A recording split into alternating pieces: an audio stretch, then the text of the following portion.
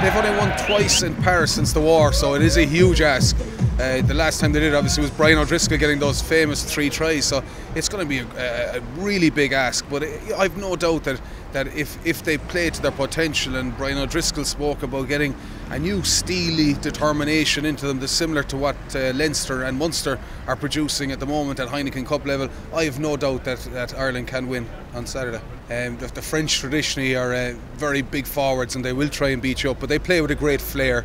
They play a great style of rugby, linking the backs with the forwards, and it's a really good type of rugby. But they won't be looking to impress too much from an early stage the next day.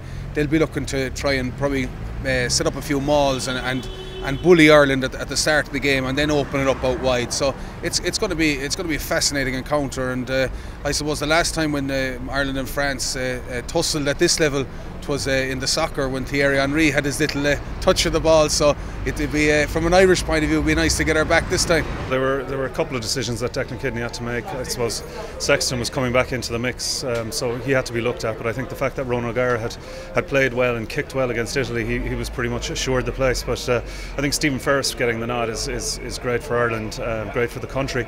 He's come off he had a great start to his Lions tour, and unfortunately got injured, and he's been brilliant for Ulster all season.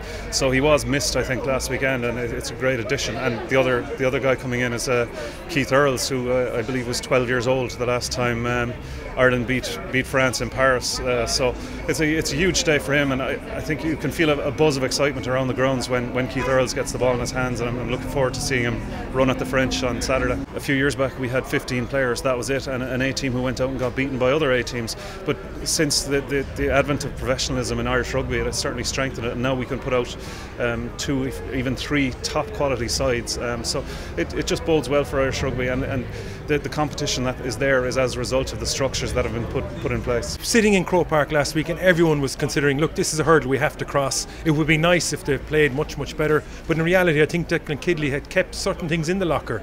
I don't think he was going to show his full hand for the game that was only 7 days away. So with the game in Paris, very excited about it. I think Ireland would score generally off first phase. They scored some cracking tries last season in Croke Park off the line-out, so the line-out's going to be very, very important. Huge pressure on Jerry Flannery to get Paul O'Connell into the air and winning those off the top balls. That's very, very important. That's also important as well to allow Gordon Darcy and O'Driscoll a bit of space in midfield, because they're coming up against Yannick Yojan and Bastereau, as I've already mentioned, 2 excellent internationals. That's very, very important. I think though where the real game can be won is if the forwards in the front row get on the ball and can add value to it. As we saw, if you can remember back to Heaslop's great try against France last year, it was a result of David Wallace, it was a result of Paul O'Connell and the outside wingers as well getting on that ball. So a much more mixture of backs and forwards getting on the ball and adding value to it.